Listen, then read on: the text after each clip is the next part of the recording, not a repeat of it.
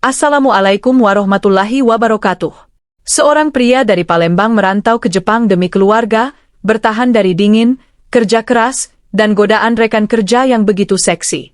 Ia hampir jatuh, tapi teringat istri dan anaknya. Namun saat kesetiaannya terjaga, kabar menghancurkan datang, istrinya hamil, dan ayahnya terlibat. Bagaimana mungkin pengorbanan berakhir sekejam ini? Sebelum lanjut, tulis di kolom komentar. Kamu menonton video ini dari daerah mana? Dan sekarang jam berapa di tempatmu? Di sebuah sudut kota Palembang yang dipenuhi hiruk-pikuk kendaraan dan terik matahari yang seakan tak pernah lelah menyengat, hiduplah seorang pria muda dengan kehidupan yang sederhana. Rumahnya kecil, berdinding seadanya, namun penuh dengan kehangatan. Setiap pagi, ia bangun sebelum matahari terbit, menatap wajah anaknya yang masih terlelap, lalu menatap istrinya yang setia menemaninya dalam suka dan duka. Dalam diam, ia sering bertanya pada dirinya sendiri, apakah hidup seperti ini akan cukup untuk mereka? Ia bukan orang yang punya banyak pilihan. Pendidikan terbatas, pekerjaan seadanya, dan penghasilan yang tak pernah benar-benar cukup untuk memenuhi kebutuhan sehari-hari. Namun satu hal yang selalu ia pegang erat adalah tekadnya. Ia tidak ingin anaknya tumbuh dalam kekurangan seperti dirinya dulu. Hari-harinya diisi dengan kerja keras tanpa banyak keluhan. Ia melakukan apa saja yang bisa menghasilkan uang, dari pekerjaan kasar hingga lembur tanpa henti. Meski tubuhnya lelah, ia selalu berusaha tersenyum saat pulang ke rumah. Baginya, melihat anaknya tertawa dan istrinya menyambut dengan wajah hangat sudah cukup menjadi penghapus lelah. Namun di balik senyum itu, tersimpan kekhawatiran yang terus menggerogoti pikirannya. Harga kebutuhan semakin naik, sementara penghasilannya tetap sama. Ia mulai merasa seperti berlari di tempat, berusaha keras tapi tidak pernah benar-benar maju. Malam-malamnya sering diisi dengan lamunan panjang, memikirkan masa depan yang terasa semakin jauh untuk digapai. Suatu malam, setelah makan malam sederhana bersama keluarga, ia duduk di luar rumah ditemani angin hangat Palembang. Istrinya duduk di sampingnya, dan tanpa banyak kata, mereka saling memahami kegelisahan masing-masing. Dalam percakapan pelan, muncul sebuah pilihan besar, pergi ke luar negeri sebagai TKI. Jepang menjadi tujuan yang ditawarkan oleh seorang kenalan. Gaji yang dijanjikan jauh lebih besar dibandingkan apa yang ia dapatkan sekarang. Namun di balik harapan itu, ada ketakutan besar, harus meninggalkan keluarga dalam waktu yang lama. Ia menatap anaknya yang tertidur di dalam rumah, lalu menatap istrinya. Keputusan itu terasa seperti pisau bermata dua, memberikan harapan sekaligus rasa sakit. Hari-hari berikutnya diisi dengan persiapan yang tidak mudah. Mengurus dokumen, mengikuti pelatihan, dan mengumpulkan biaya keberangkatan membuatnya semakin yakin bahwa jalan yang ia pilih bukanlah jalan yang ringan. Namun setiap kali ia hampir menyerah, ia selalu kembali mengingat alasan utamanya. Keluarga. Ia ingin anaknya mendapatkan pendidikan yang layak, ingin istrinya hidup lebih tenang tanpa harus memikirkan uang setiap hari. Dalam setiap langkahnya, ia menyimpan harapan besar bahwa semua pengorbanan ini akan terbayar suatu hari nanti. Ia belajar menahan rindu bahkan sebelum benar-benar pergi. Hingga akhirnya, hari keberangkatan itu tiba. Pagi itu terasa berbeda. Udara seakan lebih berat, dan waktu berjalan lebih cepat dari biasanya. Di bandara, suasana dipenuhi haru. Istrinya menggenggam tangannya erat, seolah tidak ingin melepaskannya. Anak kecilnya memeluknya dengan polos, tidak sepenuhnya mengerti apa yang sedang terjadi, tapi cukup merasakan bahwa ayahnya akan pergi jauh. Pria itu berusaha tegar, meski matanya mulai berkaca-kaca.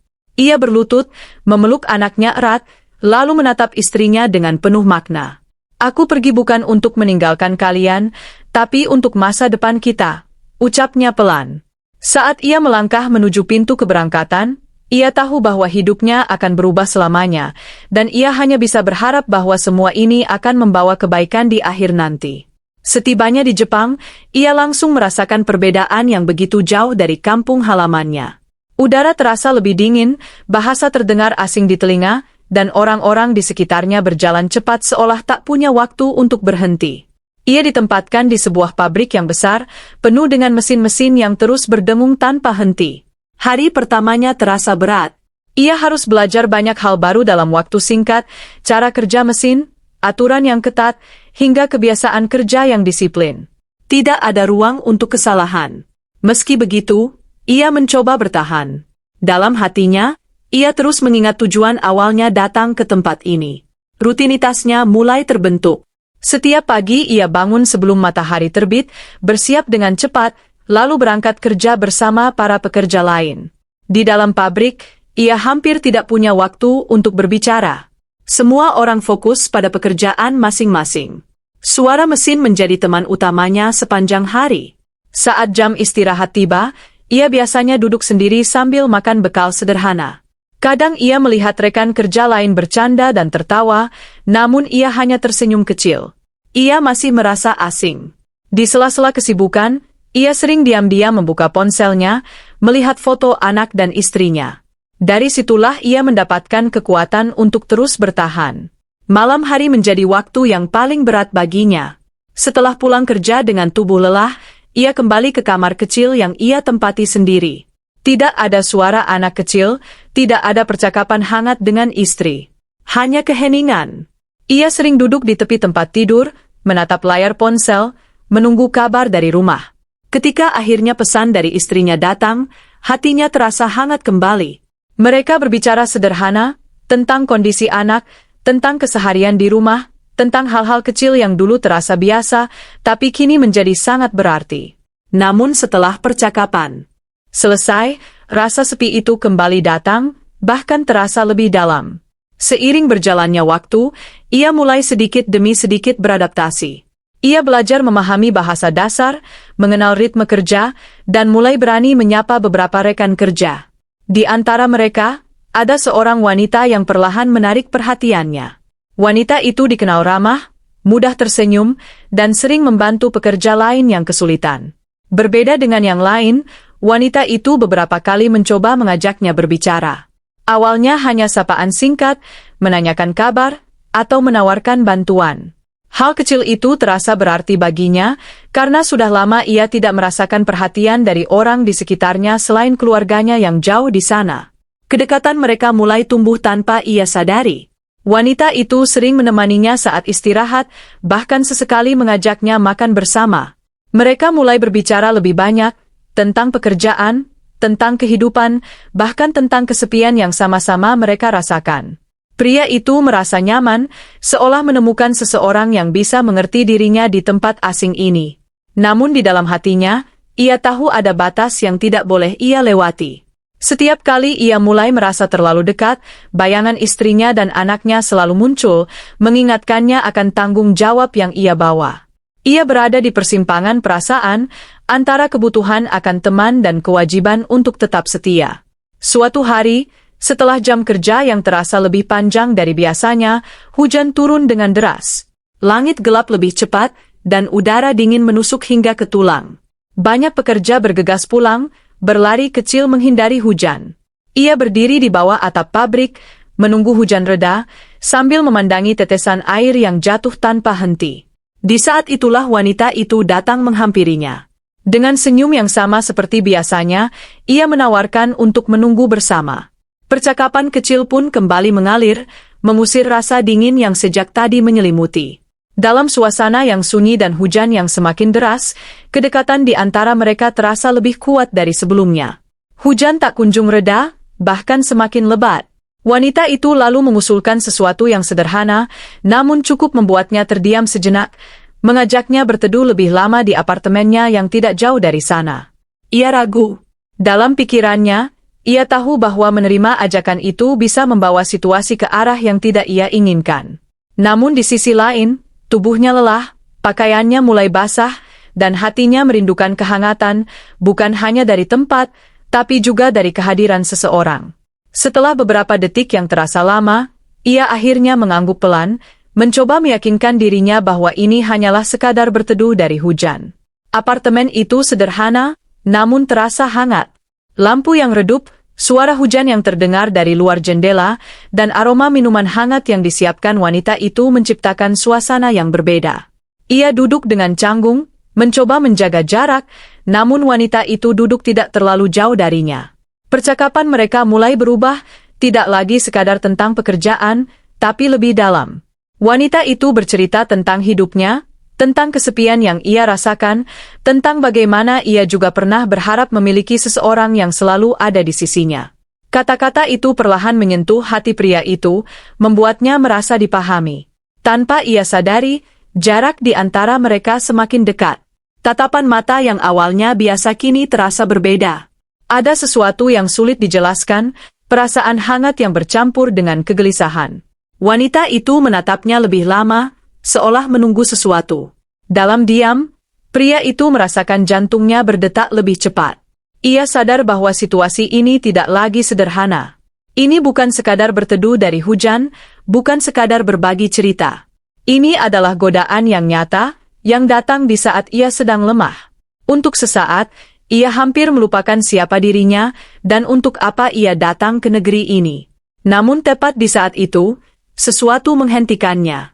Dalam benaknya, muncul bayangan anaknya, senyum polos yang selalu menyambutnya di rumah. Lalu wajah istrinya, yang penuh harap saat melepas kepergiannya. Semua kenangan itu datang begitu kuat, seolah menariknya kembali ke kenyataan. Nafasnya menjadi berat. Ia menunduk, memejamkan mata sejenak, mencoba melawan perasaan yang sedang menguasainya. Dengan suara pelan dan sedikit bergetar, ia akhirnya berkata bahwa ia harus pergi. Ia berdiri, meminta maaf, dan melangkah keluar dari apartemen itu.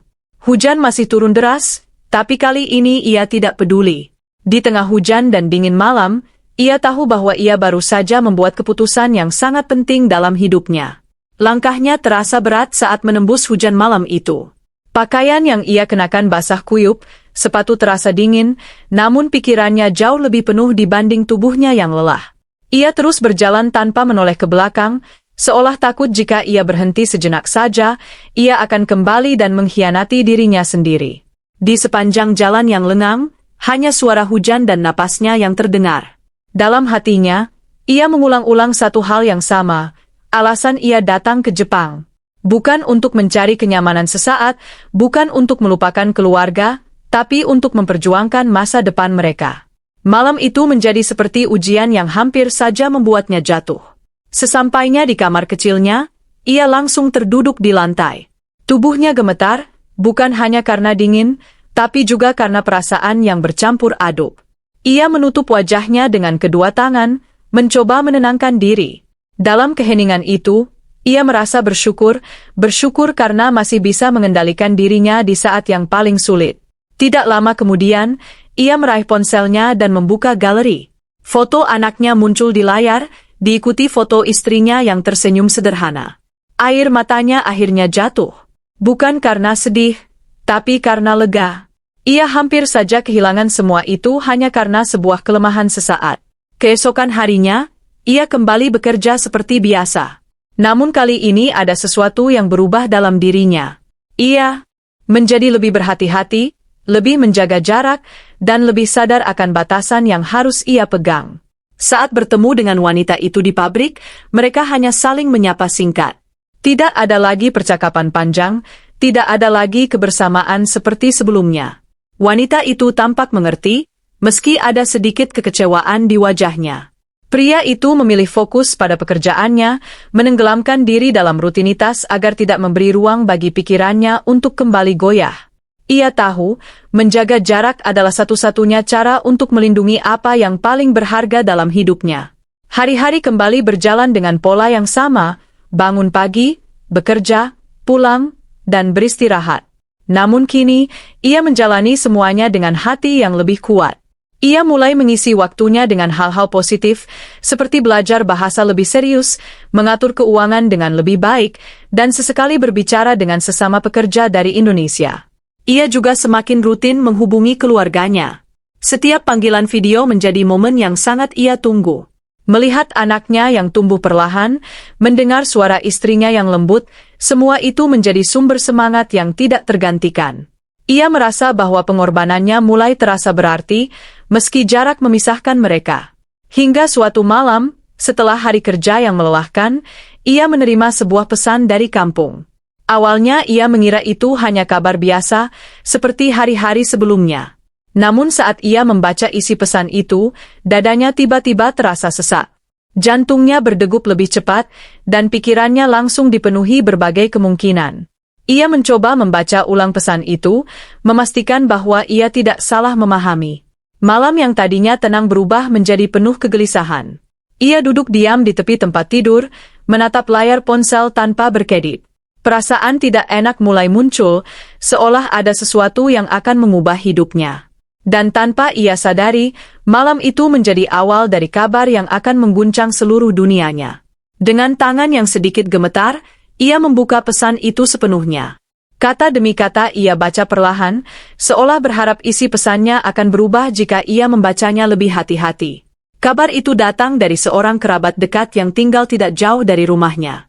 Di dalam pesan itu tertulis bahwa istrinya sedang hamil. Seketika, wajahnya yang tegang berubah menjadi campuran antara terkejut dan bahagia. Ia sempat tersenyum, membayangkan bahwa ia akan memiliki anak lagi. Dalam benaknya, muncul harapan baru bahwa semua kerja kerasnya selama ini akan semakin berarti. Ia bahkan sempat memejamkan mata, mencoba merasakan kebahagiaan itu lebih dalam, meski ia sedang jauh dari keluarga. Namun kebahagiaan itu tidak bertahan lama. Ada lanjutan pesan yang membuat jantungnya seakan berhenti berdetak. Kalimat berikutnya terasa seperti pukulan keras yang tidak pernah ia bayangkan sebelumnya. Kerabatnya menjelaskan bahwa kehamilan itu bukan berasal darinya. Ia membaca kalimat itu berulang kali, mencoba mencari arti lain, mencoba meyakinkan dirinya bahwa ini hanya kesalahpahaman. Namun semakin ia membaca, semakin jelas kenyataan yang harus ia hadapi. Pikirannya mulai kacau. Nafasnya menjadi tidak teratur. Dunia yang tadi terasa penuh harapan, kini berubah menjadi gelap dan penuh tanda tanya. Dan ketika ia sampai pada bagian terakhir dari pesan itu, tubuhnya benar-benar terasa lemas. Ia tidak lagi mampu berdiri tegak, bahkan sekadar duduk pun terasa sulit.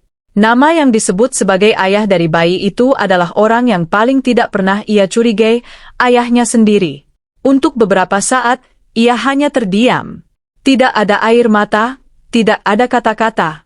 Hanya keheningan yang begitu dalam. Ia merasa seperti kehilangan arah. Semua nilai yang ia pegang, semua pengorbanan yang ia lakukan, seolah runtuh dalam satu waktu.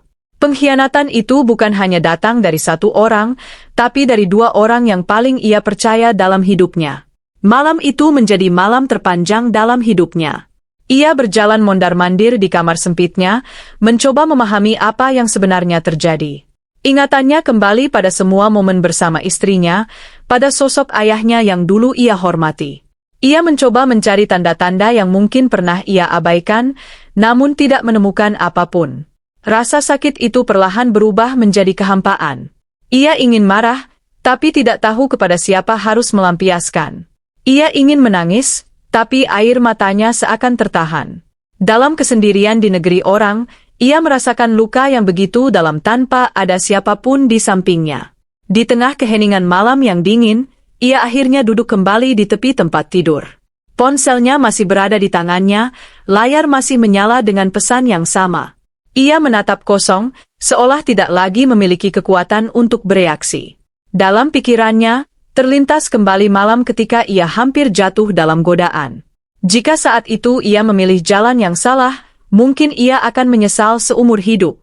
Namun kini, meski ia telah menjaga dirinya dengan sekuat tenaga, kenyataan tetap tidak berpihak padanya. Ia merasa hancur, bukan hanya sebagai suami, tapi juga sebagai seorang anak.